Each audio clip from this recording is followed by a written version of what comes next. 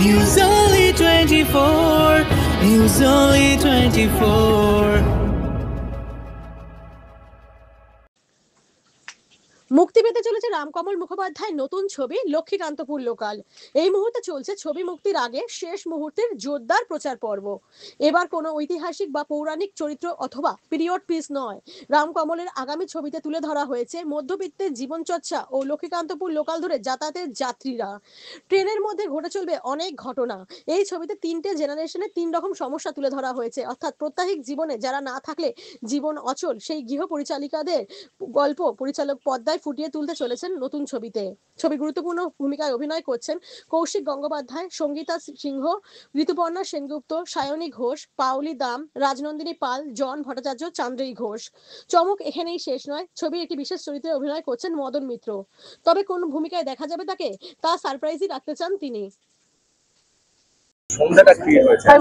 যত ছবি এগিয়ে আসে তত আমার মনে হয় আমাদের আরো কিছু কাজ এগিয়ে আসে। সেটা হচ্ছে এখন ছবির সাথে সাথে আমাদের যেটা দরকার হয় প্রমোশন, এবং আগের ঘটনাগুলো একটু আলাদা অন্যরকম ছিল আগের সিনেমাগুলো, কিন্তু এখন যেভাবে চলছে সেভাবেই এটা হচ্ছে।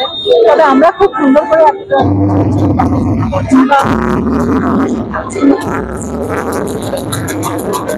এরকম লেক মার্কেটের বুকে বলছিলাম যে আমার ছোটবেলাটা এখানেই কেটেছে, আজবেরি অ্যাভিনিউ আমার বাড়ি।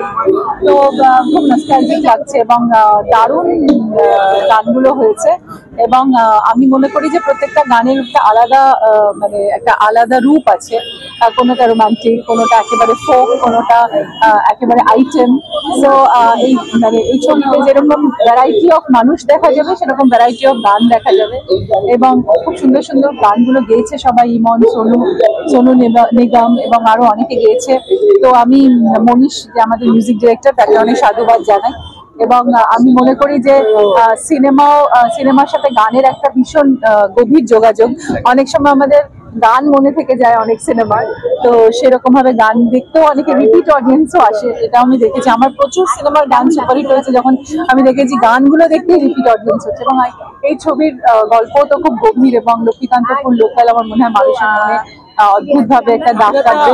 আমার ব্যাক টু ব্যাক দুটো ছবি পরপর রিলিজ, একটা 14 তারিখে আমি আজকে বেরিয়ে যাবো বম্বেতে, আমার হিন্দি ছবি রিলিজ হচ্ছে একেবারে হরার জনরা, যেটা কাল ত্রিঘড়ি আরবাজ খান, মহেশ মান্জরেকর, রাজেশ শর্মার সাথে, এবং তার সাথে সাথে লক্ষ্মীকান্তপুর লোকাল একেবারে একটা অন্য স্বাদ।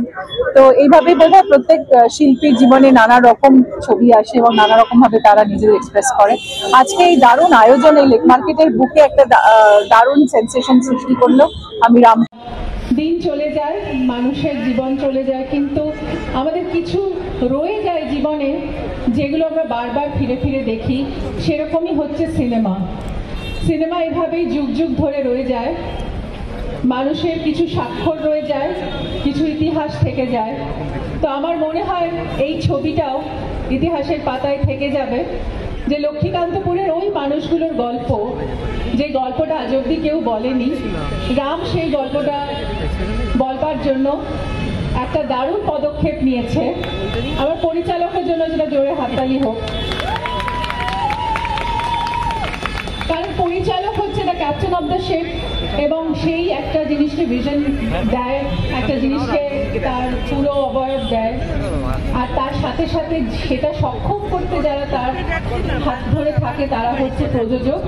তাই প্রডিউসার সঙ্গীতাকে আমি অনেক অনেক ধন্যবাদ জানাই, কারণ একটা ভালো কাজের ভিশন দেখতে পারাটা কিন্তু একটা অনেক বড় ব্যাপার। শুধু সেখানে কমার্শিয়াল সাকসেস বা কে কতটা কমার্শিয়ালি করলো সেটা বড় কথা না, একটা ভালো কাজের পিছনে থাকা সেটাই হচ্ছে একটা বড় বিষয়।